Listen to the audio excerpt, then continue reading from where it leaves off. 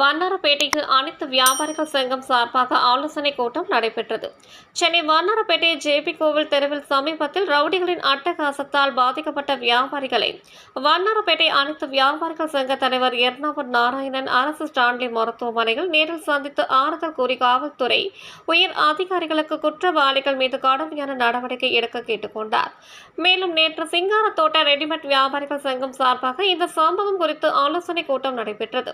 இதில் தமிழ்நாடு பனைமர தொழிலாளர்கள் நல வாரிய தலைவரும் முன்னாள் எம்எல்ஏவுமான எர்ணாவூர் நாராயணன் தலைமையில் ஆலோசனை கூட்டம் நடைபெற்றது.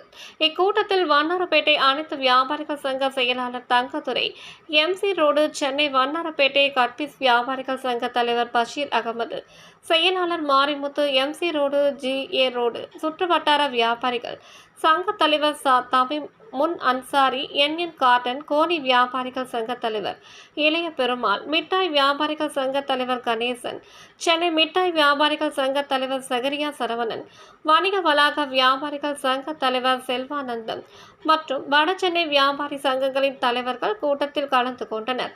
சிங்காரத்தோட்டம் ரெடிமேட் சங்க வியாபாரி தலைவர் மம்மி டாடி பாஸ்கர் முன்னிலையில் செயலாளர் காமாட்சி கண்ணன் கூட்டத்துக்கு வந்திருந்த வியாபாரிகளை வரவேற்றார்.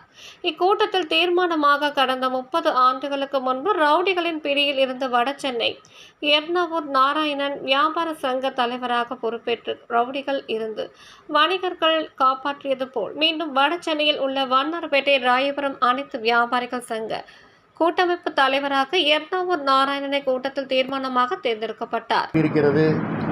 எந்த மாவட்டத்திலும் எந்த இடத்திலும் எந்த பிரச்சனையும் இல்லாமல் சின்ன சம்பவம் நடந்து கொண்டு இருக்கிறதே தவிர பெரிய சம்பவங்கள் இல்லாமல் சட்டம் ஒழுங்கு சிறப்பான முறையில் தமிழ்நாடு அரசு முதலமைச்சர் பார்த்து கொண்டிருக்கிறார்கள்.